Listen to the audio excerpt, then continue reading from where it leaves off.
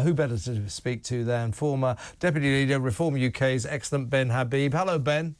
Good evening, Kevin. Lovely to be on. Well, first of all, I mean, you know a little bit about the BBC's biased reporting because, of course, you're a tireless Brexit campaigner, and they admitted, finally admitted, that they had been biased and not impartial. They were biased towards Remain.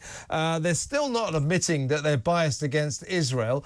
But have a look at this. This is a guest that was on the BBC last night as Iran was raining ballistic missiles down on Israel. And he's a King's College academic, a doctor, associate professor, and his name is Dr. Andreas Krieg. Have a look at this. But that we need, I mean, this is not for the Israelis to decide. I think the international community has to make sure that whatever Israel does is not upending the regional order as we know it. And the US has a responsibility. So we've been in this cause for 12 months now of constantly red lines being crossed, mostly by the Israelis. The Hezbollah and Iran have played it fairly rationally, always try to be very cautious in how they respond, trying to leave off-ramps where they could. The Netanyahu government has kind of lost the opportunity at every sort of junction to use an off-ramp that was given to them.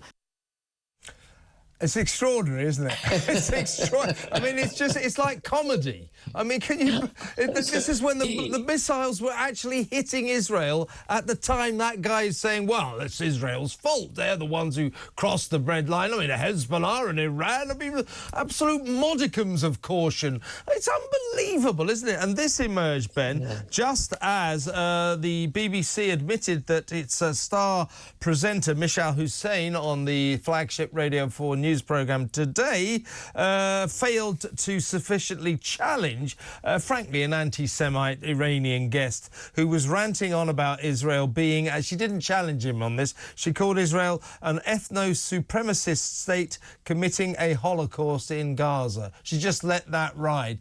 The BBC's prejudice against Israel, I think, is a scandal and also a serious problem for this nation. We need impartial reporting from our state broadcaster, and on the issue of the Middle East, we're just not getting it.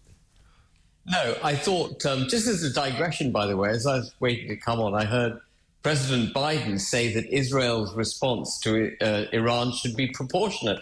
Well, I think that's not what he means, because a proportionate response would be Israel launching 200 missiles at Iran. And actually, with Israeli missiles, they probably hit their targets. That is not what Biden meant. But, I mean, you're absolutely right. There's a clear schism in the way the whole thing is being reported. Hezbollah has been bombing Israel from the north, hitting schools, children, repeatedly, and eventually Israel had to respond. But what I'm really pleased about, actually, Kevin, is that eventually Iran, we all know that Iran is behind Hezbollah. We know Iran is behind Hamas. Eventually, Iran has had to prove that it's behind them by launching this response to an attack on Hezbollah. And that brings the real perpetrator of the regional instability into stark clarity. And it's right that we have that clarity. Starmer was on earlier saying, we don't want a regional war. We've had a regional war for nearly a year. Next week, on Monday, it will be a year that we've had a regional war in the Middle East. And the big perpetrator behind this has been Iran.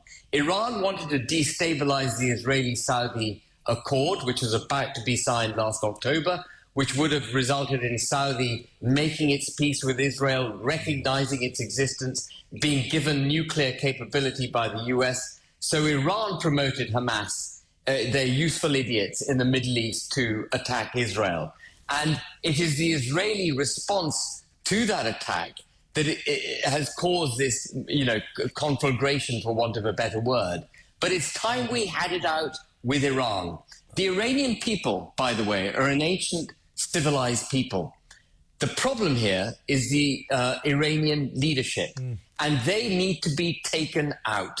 This is a great opportunity for Israel to do it. They've decapitated Hezbollah, and my goodness, Hezbollah is in a complete mess with Nasrallah gone. Absolutely. They can't find their footing. Use the opportunity not to take the politically weak position that our Prime Minister would no doubt take, or Joe Biden would take, but take precise action against the leadership in Iran and thereby liberate the Iranian people and bring that once wonderful, rich, culturally strong country back into the international fold.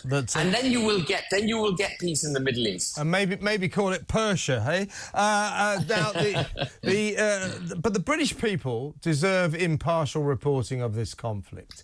Sorry, I went off that. No, that's okay. Yeah. The British people deserve this is very important. I mean, the world is on a knife edge right now. And what are we getting from the BBC, our state broadcaster, a broadcasting operation that prides itself on its alleged impartiality?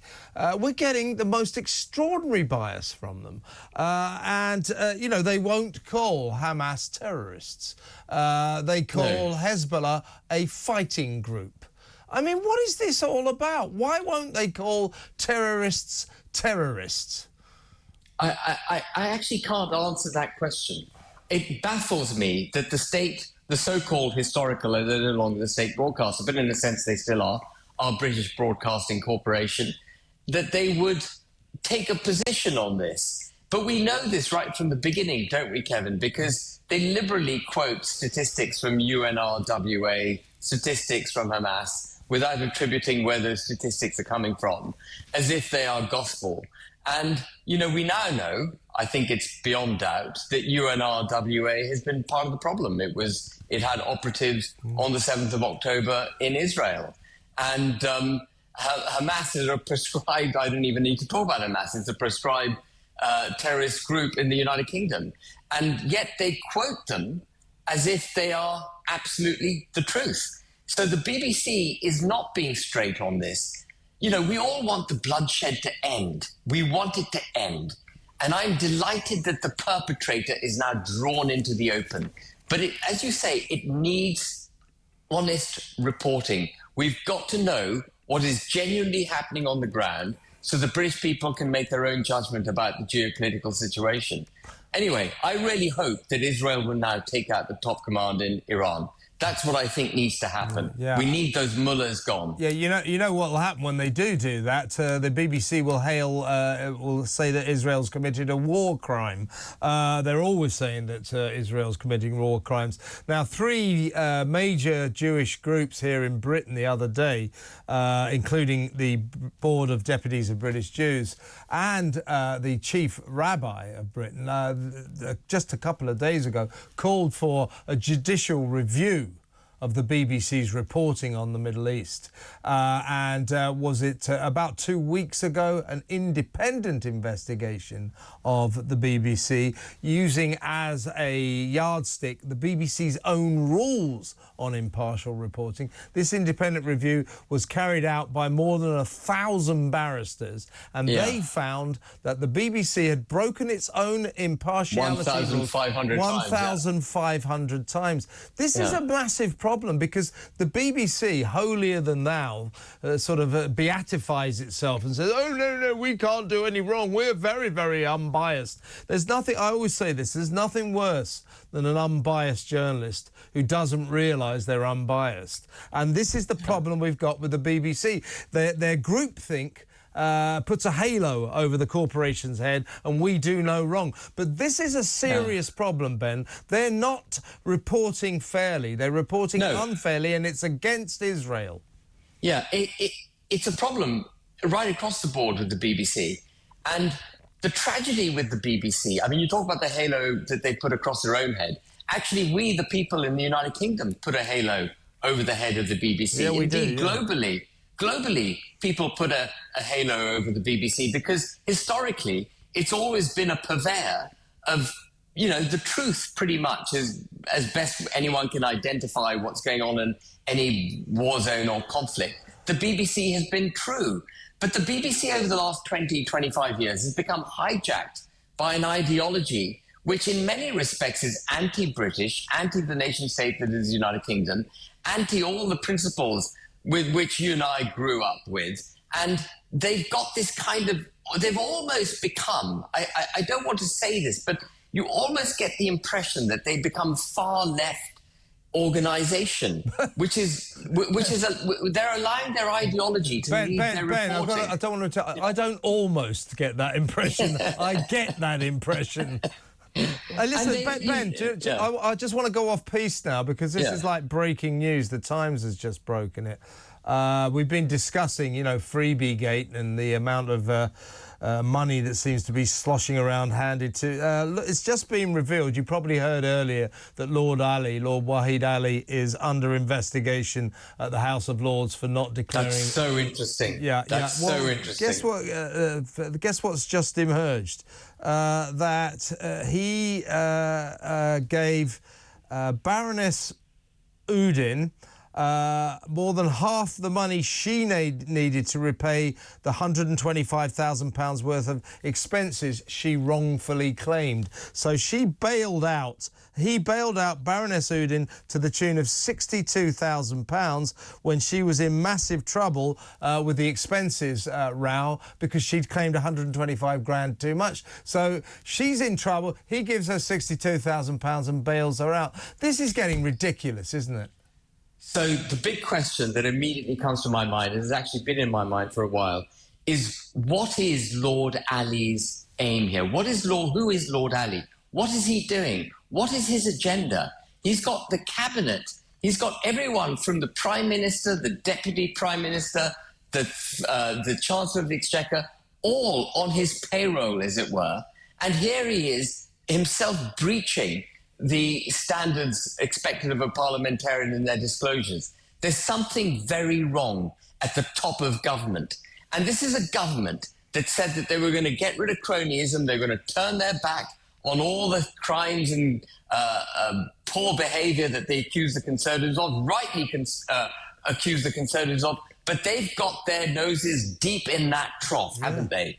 And I think check this out. This is the new. This is brand new. This has just emerged that Baroness Udin, apparently she was appointed by Tony Blair. She was found to have wrongly claimed £125,000 in parliamentary expenses in October 2010 by stating that her main home was in Maidstone when in fact she lived in Tower Hamlets. And to bail her out of this trouble, the trouble of her own making, Lord Wahid Ali, him again, gave her £62,000. This has got to stop, hasn't it? Yeah, well, we need a full disclosure of what the hell Lord Ali is up to. This chap is controlling our government. This man is controlling the Prime Minister, the Deputy Prime Minister, the Chancellor of the Exchequer. There's something absolutely rotten here. It's rotten.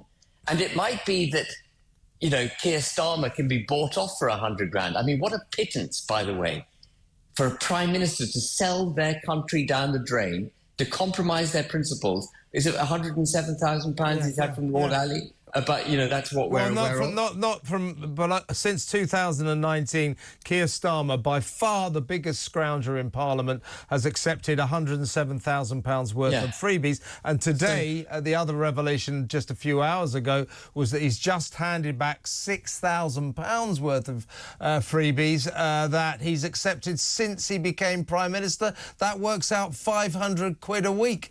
This guy's got to clean up his act, wouldn't you say, Ben? He has to, and I think the fact that he's returned £6,000 doesn't help him. For me, that's an admission of guilt. That's, I did something wrong, I better hand it back. Exactly. And that, so let's have a look at the rest of the 101,000. There's something very, very... Lord Ali is an individual who needs a periscope, a microscope, a bog brush and all the rest of it up every orifice to find out what the hell he's up to. I'll tell you what I thought this afternoon, and I may be wrong, but a lot of people in the office were agreeing with me.